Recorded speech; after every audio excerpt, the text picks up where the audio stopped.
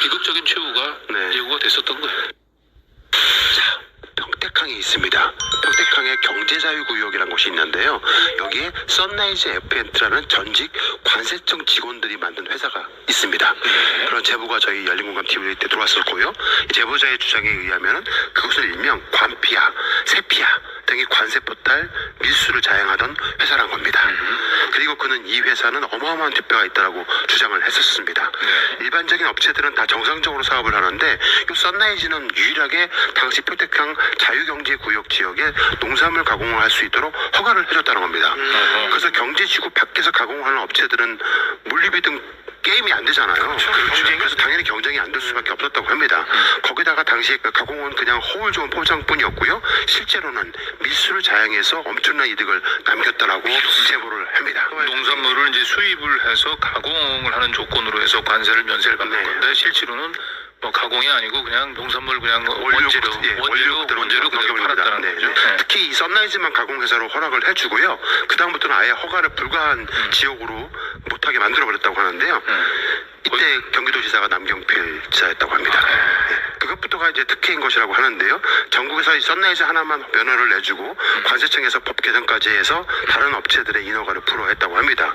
보통 그 농산물에 붙는 관세가 뭐 한 10% 20%가 아니고 뭐 비싼 건 한 10,000% 이렇게 붙잖아요. 이 농산물에 붙는 관세를 면세를 해주고 이런 면세 혜택을 받는 기업이 전국에 여기만 딱 하나라고 얘기한다면 이건 뭐 거의 독점 중에 뭐 독점. 농산물의 경우는 자국 농산품을 지켜야 되기 때문에 굉장히 관세를 많이 붙일 수밖에 없죠. 그렇죠. 문제는 그 선라이즈라는 회사가 관세청 전직 직원들이 만든 회사라는 겁니다.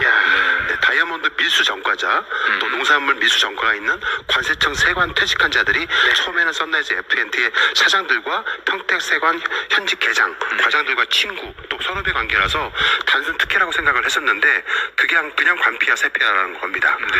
농산물은 아까 말씀드린 대로 관세가 무척 높죠. 땅 짓고 헤엄치라고 보면 되는데요. 우리나라 농민 보호하려고 만든 높은 관세벽을 선라이즈는 그냥 무사 프리패스 통과한 겁니다. 자, 높으면 관세가 뭐 800% 정도, 800%. 그런 품목들도 되게 많았다고 합니다. 근데 선라이즈는 그걸 가공한다고 속여서 20%에서 30%의 관세를 낮추고 실제로는 가공을 안 하고 업무를 팔아버리니까 당연히 게임이 안 되는 거죠. 그래서 수백억 원의 관세 포탈이 가능한 거였다고 합니다. 그런데 그게 다 최순실 비자금이라는 주장이 있었습니다. 알뜰하게 최순실 여사는 여기저기 참 다양한 수법으로 챙기네요.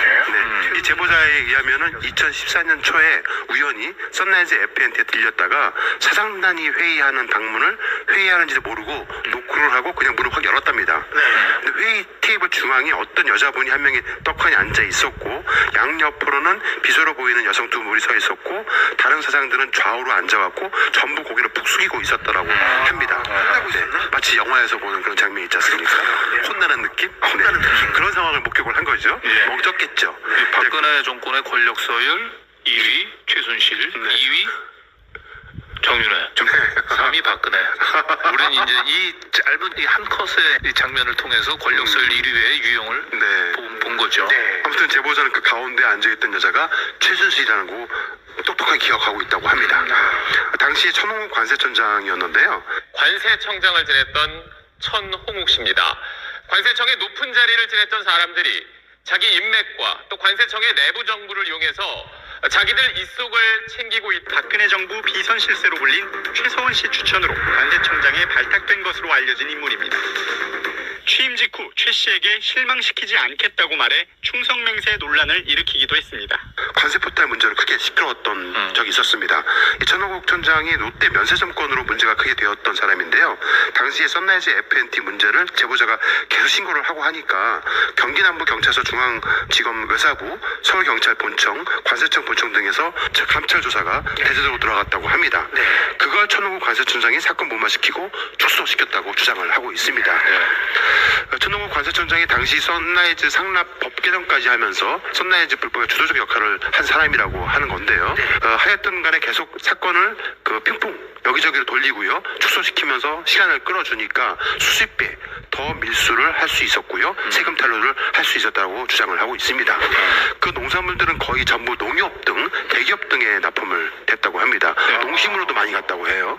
핑퐁 여기저기 돌리고 축소시키면서 시간을 끌어서 그 세금 탈루 액수를 극대화하는 걸 보면 이게 옵티머스 생각나지 않아요? 옵티머스랑 비슷하죠. 네, 그 펀드 이 돌려막기를 하면서 최대한 돈을 일반 투자자로부터 많이 땡겨서 그렇죠. 그걸 자기네들 비자금 계좌로 은닉하는 네. 수법. 네. 이런 농산품들이 당시에 이렇게 농협이나 아니면 뭐 이렇게 농심 이런 데 들어갔으면 우리가 한국산인 줄 알고 먹었던 뭐 마늘이나 그런 농산품들이 알고 봤더니 중국산 아니었어요 이거? 맞습니다.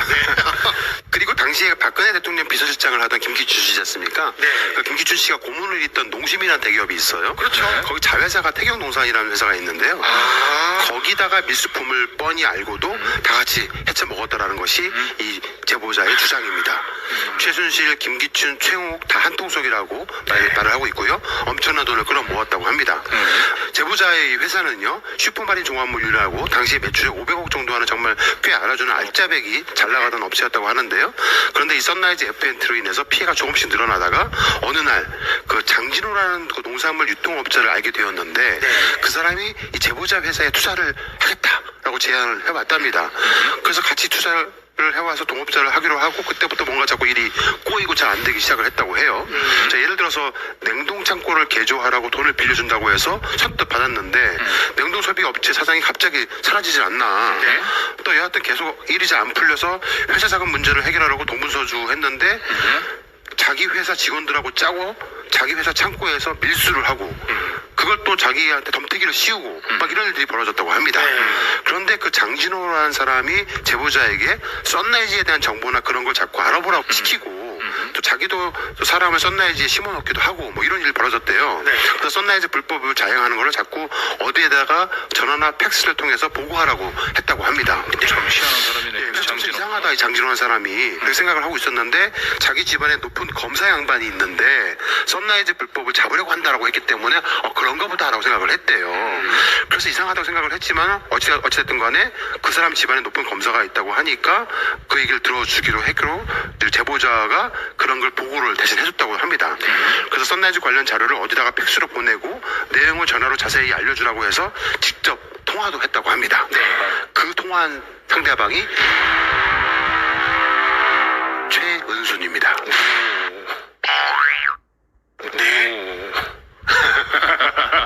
나중에 그 장진호라는 사람이 서울에서 끝발 있는 검사가 그 윤석열이라는 조카가 사위가 있는데 그 윤석열한테는 장모고 자기한테는 아주머니라고 소개를 했다고 합니다. 이게 몇 년도에 일어났는데? 2014년 초라고 합니다. 2014년 초면은 윤석열이 뭐 하고 있을 때인가요? 2014년 초면 윤석열이 대구 고검에 내려갔을 대구 때죠. 고검에 평검사로 데려가실 텐데요. 그럼 뭐 이렇게 끝발이 있던 시절은 아니었던 것 같은데. 그런데 이제 그 윤석열이 박근혜 최순실 게이트를 수사한다고 특검 수사팀을 할 때잖아요. 수사팀장 할 때 서울중앙지검장이었는데 당시에 언론에서 최순실 비자금 추적 중이라고 이렇게 막 드러내고 막 언론 플레이를 하기도 했었습니다. 그랬었죠. 특히 국세청장과 관세청 관련 많은 비자금을 추적 중이라고 언론에 이야기를 했었고요. 그리고 어느 날 언론에다가 비자금이 많기는 한데 추적이 힘들거나 찾을 수 없다. 그리고 찾을 수 없는 것도 많다라고 이야기를 또 하기 시작을 했습니다. 이때 이 자금 추적팀에 또 한동훈이가 있지 않았었나? 맞습니다. 기업 담당이었죠. 이들은 비자금을 봤을 것 같아. 최순실의 그 많은 비자금들 또 독일에 숨겨놨다고 하는 최순실의 비자금은 독일 검찰이 찾아내서 관련된 정보를 한국 검찰에 넘기겠다고 했었어요. 그래서 한국 검찰이 언제든지 요청을 하면 넘겨주겠다고 했는데 아무 요청도 안 왔다고 합니다. 독일 검찰에서는. 그리고 또 한국 검찰 흔히 말하는 이 윤석열을 위주로 한 그 특검팀에서 최순실 비자금이 많이 드러났다. 있다. 라고 말을 했는데 나중에 좀 찾기 어려운 부분도 있다. 그런데 얼마나 찾았고 얼마가 국가에 귀속됐다라고 말을 한 적이 한 번도 없습니다. 없죠. 그 많은 비자금은 다 어디로 갔을까요? 자, 제보자는 썬라이즈 FNT의 최순실 비자금 물셈이 그대로 최은순한테 넘어간 것으로 보인다라고 주장을 하고 있습니다. 더 놀라운 사실은 당시 썬라이즈 FNT의 경제자유 지역에 불어받을 수 있는 수만 평의 땅이 있는데요. 그 지역은 한 번 불어받은 땅이기 때문에 타업체로 임의로 재임대할 수가 없는 땅입니다. 그런데 그 넓은 땅을 썬라이즈 FNT가 다른 업체에 재임대를 하는 불법을 저질렀다고 합니다. 그 재임대를 받은 곳이 도이치모터스라고 합니다. 이거 참. 이게 그러니까 곳곳에서 보면 그 최순실 그 세력과 그다음에 이 최은순 씨 간에 여기서 유착이 보이는 거고, 그 심지어 이제 그 연결고리에 지금 이제 윤석열 특검 뭔가 그 최순실 비자금을 보고도 수사가 사실은 제대로 이루어진 게 하나도 없어요. 그 최순실 저기 해외 또 은닉 자금도 환수한 것도 한 푼도 없는 거로 지금 알고 있고요. 그렇죠. 그런데 지금 이제 최순실 비자금이 여러 가지로 봤을 때 뭔가 최은순 씨 쪽으로 지금 넘어간 것으로 또 보이기도 하죠. 그래서 저는 이 당시 우리가 이 박근혜 그 최순실 국정농단 특검에 대해서 대통령을 잡아놓았다라고 하는 것 때문에 굉장히 우리가 환호했지만 곰곰이 따지고 보면 정작 특검에서 했어야 될 그 전 정권 시절에 있었던 그 막대한 그 비자금, 그 비자금의 진원지, 저수지, 거기를 파헤치는 부분들에 대해서는 전혀 특검이 자신들의 실력을 보여주지 못했다. 오히려 은폐하고 덮었던 의혹이 있고. 여기 대부자의 주장대로라면 심지어 슈킹을 하는 흔적까지 있는 거죠. 그래서 최근에 사실은 우리가 그렇게 정의로운 줄 알았던 박영수 전 특검이 경찰 수사를 받게 됐습니다. 가짜 수산업자 김모 씨에게서 포르쉐 차량 등을 제공받았다는 의혹에 휩싸이며 사의를 표명한 박영수 전 특별검사. 박 전 특검이 경찰에 정식 수사를 받을 것으로 보입니다.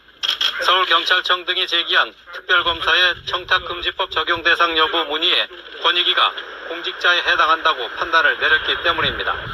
그 박영수 특검의 지금 민낯이 수산업자하고의 그 유착을 통해서 지금 보이고 있잖아요. 그렇죠. 얼마 전에 또 골프 쳤다고 또 기사 나왔더라고요. 그렇죠.